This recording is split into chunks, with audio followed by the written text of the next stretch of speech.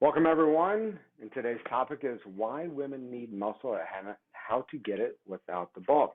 Hello, my name is Jaime. I'm a registered and licensed dietitian at Functional Elements Training and Nutrition Center. And this isn't to say that everybody doesn't need muscle, but we're going to make this a bit more specific to the female community. Now, let me begin with a quick story. So I have a client, Nancy. She started with me about 3 to 4 years ago. And when she first started, she was very skeptical about strength training.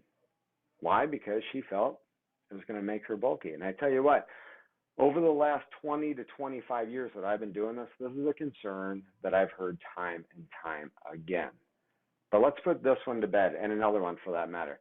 More muscle does not equal more bulk. The reality is bulk typically happens when you're carrying more body fat, not lean muscle. And I guess along those lines is I don't want to look like a bodybuilder. Well, let me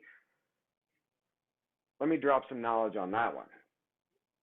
Becoming a bodybuilder, looking like a bodybuilder, takes years of specific training, specific nutrition, as well as just a time commitment that I'm sure none of us really want to put forth. So no worries about that. Just because you lift weights, just because you implement a resistance training program does not mean you are going to look like a bodybuilder. That takes a ton of time and a ton of effort.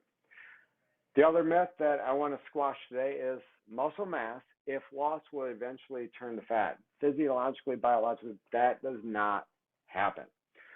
Meaning that if you're going to lose muscle, then it's because you aren't training it appropriately or at all maybe, and you're not eating or you're not implementing the nutrition that it takes to salvage that muscle mass. And if you're going to gain body fat, it means you're either eating too much or you're not exercising enough. But for a pound of muscle to turn into literally a pound of fat from this lean, sinewy muscle to the glob of fat, it just does not happen. So before we move on, let's get rid of these myths once and for all. The good news is about carrying skeletal muscle mass is muscle makes you harder to kill. That's right. It makes you much harder to kill. And let's talk about that. There's first an improved metabolic health. And think of skeletal muscle mass, SMM as it says here, as your metabolic sink.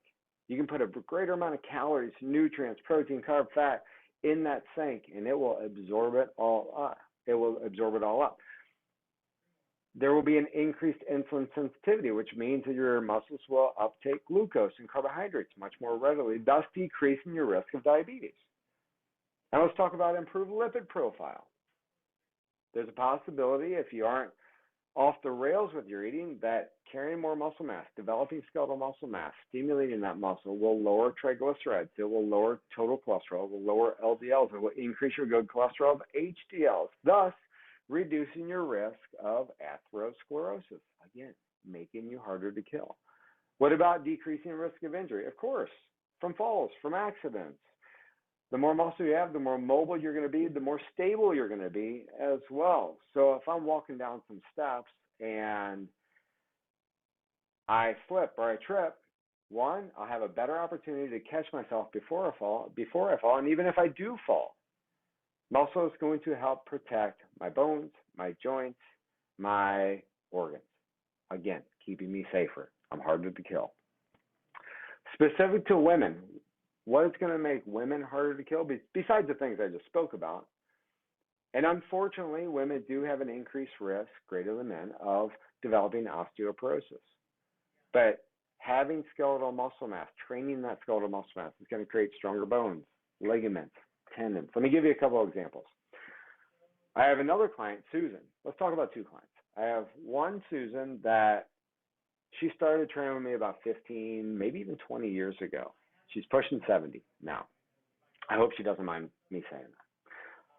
But she was diagnosed many years ago with osteoporosis. And you know what hasn't happened in these years that we've been training? It has not progressed. That's a huge win, huge win. And then you have Elaine. Elaine started with me about 3, 4, maybe even 5 years ago, and she was diagnosed with osteoporosis as well. And if you're familiar with bone mineral density T-scores, hers was a minus 2.3, which means that she had osteoporosis.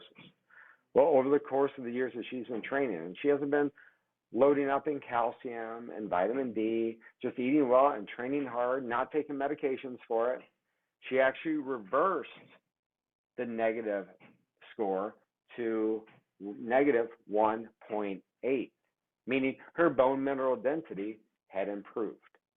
Awesome. Just through trying to gain more skeletal muscle mass. Also, women actually have a better opportunity and are more efficient at burning body fat than men are. But you know what skeletal muscle mass does for you? It actually facilitates a greater fat loss. Think of it this way. There is nothing within your body that burns more fat than your skeletal muscle system, right? So if we can stimulate it, if we can gain a little bit more, you're enhancing your fat burning machinery. And then lastly, the process of working towards building muscle and growing that muscle actually increases your immunity, thus decreasing the risk of certain diseases, i.e. certain cancers, i.e. breast cancer. Your natural immunity helps to fight off free radicals that can cause cancer. Win-win. So an important question here next is, how do we preserve what we already have? Or how can we gain more? Let's start with nutrition. And within nutrition, protein is the name of the game. Increase in protein in and of itself, as it says here, can be a way to facilitate muscle preservation. Just having a high enough protein content can let the body know, hey, I have all these materials. Let's put it into these muscles and keep what we have. But how do we know how much? Let's do some math. So let's shoot for a minimum of 1.2 grams of protein per kilogram body weight. Well, how do you figure? I mean, nobody weighs in kilograms, right? Easy math. If you are 150 pounds, you take that 150 times 0.54 or whatever you weigh, and that 150 pounds turns into 68 or so kilograms. You multiply that by 1.2, and you have about 80 to 85 grams of protein per day. That's your goal. Now, how does that break down? Well, if you're having breakfast, lunch, and dinner, and you're eating 25 to 30 grams per meal, boom, you got it. You got it. Now, I do have some larger numbers here, and let's talk about how does a caloric deficit or trying to lose weight affect protein consumption. I'm going to make this very simple. The lower the caloric deficit, the higher the protein content has to be. Because the less energy you have to spread around, the greater the chance your body's going to turn to protein for that energy. I mean, it's going to break down protein, take those amino acids, turn that to glucose so you have energy. So remember what I just said, increasing protein in and of itself can be a way to facilitate muscle preservation. Well, when your calories are low, when your energy is low, you got to cook that protein up. So at 68 kilograms, if we bump that up to 1.6 grams per kilogram body weight of protein per day, now we're talking about 110, give or take. That's probably some poor math, but it's around that. So we're going up about 25 grams more per day to make sure we're salvaging, sparing that muscle mass while in a caloric deficit. So what we want to think about, it's not all about the protein. Yes, protein is a focus, but all in all, we need calories. So when we are in a caloric surplus, it's easy to gain muscle. And actually, let's apply this to the maintenance realm as well. When we're in caloric maintenance or a caloric surplus, it's easy to gain muscle, relatively easy, let's say that. Because there is enough calories, enough energy to go around that when I do consume the protein that I need, or you consume the protein that you need, the amounts you need, the protein will be used for muscle maintenance, muscle recovery, not for energy. As opposed to if we're in a deficit, a caloric deficit, and we're trying for weight loss, There's a greater difficulty in gaining muscle because there's only so much energy to go around. Like I said, we don't want us to be in such a deficit that our body has to turn to our muscle mass for energy, break that down, convert it into energy. And as a side note, do carbs and fat matter, the amounts, when we're in a caloric deficit? So let me tell you, explain it like this. If we have two diets and they're equal in protein and they're both equal in calories, and that those calories, the amount of calories, equals a caloric deficit, you have one diet that is high in carbohydrate, low in fat, one that is high in fat and low in carbohydrate, it doesn't matter. The protein and the amount of calories, those are the driving forces between weight loss and hopefully more about fat loss and muscle preservation. The amount of carbs, the amount of fat would have maybe make a little difference, possibly, but evidence really doesn't show that. So what else do we need to maintain or build more muscle? All right, beyond nutrition, we need exercise. It's a necessity. Let's talk about the art and the science of training. Yes, there's science behind how much you need to do, what you need to do, but we're all individual. So that's the art of it. Developing a program that is appropriate for you on an individual basis to preserve and gain your skeletal muscle mass. There needs to be enough muscle breakdown, whatever you do. There needs to be enough muscle breakdown to force adaptation. And whether it is the volume of training, how many sets you're doing throughout a week, which probably needs to be about 10 plus. If I'm trying to get my legs stronger, I probably need to, let's just say squats. That's just my example. I need to probably do 10, 12, 16 sets of squats per week. Do I need to do that all in one day? Probably not. I could probably do 6 this day, 6 another day. Frequency, how often am I training? I mean, am I doing 2 days a week? Am I doing 3, 4 days a week? What about progressive overload? What does that even mean? Progressive overload means we just keep forcing the muscles to adapt through changing rep ranges, increasing weight or resistance, and changing rest periods, decreasing or increasing depending on how much weight we're actually using. And then lastly, you have nutrition, you have training. Let's say those are going great. But one thing that can throw, or two things actually, that can throw a wrench into the works is sleep and stress.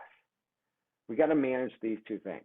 We got to increase our sleep, hopefully getting about 7 or more hours per night. I know that can be difficult. I have trouble. If I have one downfall in all this, which I do, it's sleep. I need more. So even though I'm recommending 7+ hours per night, if that isn't realistic, all I'm asking for is add 30 minutes to what you typically get. If you typically sleep 5.5 hours, make sure you get 6. More is better in this case in regard to sleep. And then we have to manage stress. Stress can just totally throw us off the rails. So we must provide our minds and our bodies with stress relief and release to keep our hormonal equilibrium in check, to make sure the amount of estrogen you're producing, the amount of testosterone you're producing, keeping our cortisol levels acute, not chronic. So how can we do that? Well, one thing I use a lot is box breathing. That is a 5-second inhale, 3-second hold, 7-second exhale, multiple times, 2, 3, 4, 5 minutes of this to initiate my parasympathetic nervous system, which means that's going to calm me down, as compared to the sympathetic, which is our fight or flight nervous system. Other forms of meditation are helpful. And let me tell you something. Meditation takes practice. If it doesn't work the first time, keep it going. It takes a lot of practice, but it is so worth it. You'll feel great. Exercise is a great relief. And I tell my clients this all the time. If you're stressed, that stress will find a release somehow, some way, so we may as well be preemptive. And exercise is a great way to be preemptive. Daily exercise, daily movement will help your body release that stress. Obviously, sleep. Sleep is going to help calm the stress responses down as well. And then be happy. Be around other people. Be social. All work, no play is not going to help our situation of building skeletal muscle mass. All right, let me sum it up. First, stop thinking of gaining muscle in such an archaic way. That's old school. That's something we've been told a long time ago. I don't even know who told us this. But gaining muscle in the manner we are going to do it is not going to make you bulky. It's not going to make you bodybuildery, if you will. Because skeletal muscle mass doesn't do that, but it makes you harder to kill. You can take a hit. What do I mean by this? I mean that if you have a cold, if you have flu, if you catch something worse than those things, if you fall, if you have a car accident, if you do unfortunately get some sort of cancer, you're going to be stronger for it. Your body can take a hit. And how do we preserve? How do we or gain skeletal muscle mass? 3 aspects. Nutrition. Let's focus on protein. But we need enough calories. We need enough energy, even in a caloric deficit, to let the protein do what it does, and that is help muscle recover. We need resistance training through the amount you do, the volume, the frequency of it, how you fashion the weight you use, the reps, the rest periods, what's appropriate for you. That's something I can't answer in this little seminar, but that's something that needs to be taken into account to make you efficient at growing muscle. And then sleep and stress. We got to get enough sleep and we got to lower stress. We got to manage that stress. Simple as that. Now, as we age, this is something I truly, truly believe in. As we age, skeletal muscle mass becomes one of our greatest commodities, without a doubt. Because without it, we lose mobility, we lose stability, we lose the ability to do what we want when we want to do it, right? So exercise, eating appropriately, gaining muscle is unequivocally the very best weapon in our arsenal when it comes to fending off poor health, the deterioration of our health, and extending not only our lifespan, but our health span as well. I can live to 100, but I want to do what I want to do when I want to do it, right? And I think it all banks upon keeping or even gaining that skeletal muscle mass as we age. So what are the next steps? Well, that's yours, and we can help. At Functional Elements, we offer comprehensive personal assessments, including a skeletal muscle mass measurement using this guy right back here, the InBody. From there, we'll personalize a strength training program for you, for your body, for your goals, and then we'll implement that.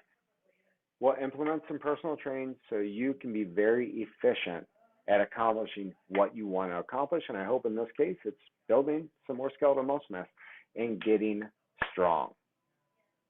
From a multitude of factors. As females, yes, we want to be physically strong. Do not underestimate your strength. You know, gone are the days of walking around with 5-pound dumbbells up and down your street. No, we need to do some strength training. And that doesn't mean you need to lift a house, but you need to lift enough. You need to push yourself, push your muscles hard enough that we force adaptation like we spoke about. So we can help you implement that personal training program. And then we'll do a nutrition assessment, and I will give you a program that will facilitate the recovery from that personal training as well as your day-to-day life. Hey, nutrition is not something that we keep in a bubble, that is in a vacuum. We got to fit it into our daily lives so it's realistic, so it works for us, right? So we'll take into account your individual needs and we'll customize to make sure you are getting what you need when you need it. So if you want to check us out more, meaning you want to learn more about our company, check out functionalelements.net. If you have questions, if you have concerns, if you want more information on what we spoke about today, call me, text me, 518-4875, or send me an email at functionalelements@gmail.com. Thank you for joining me. I truly appreciate your time. And again, I hope to talk to you more. If you have questions, please let me know. I'm always here. I'm backing you up. I want you to get better. I want you to see results. I want you to stay strong. So until next time, eat with a purpose and give your body what it needs when it needs it.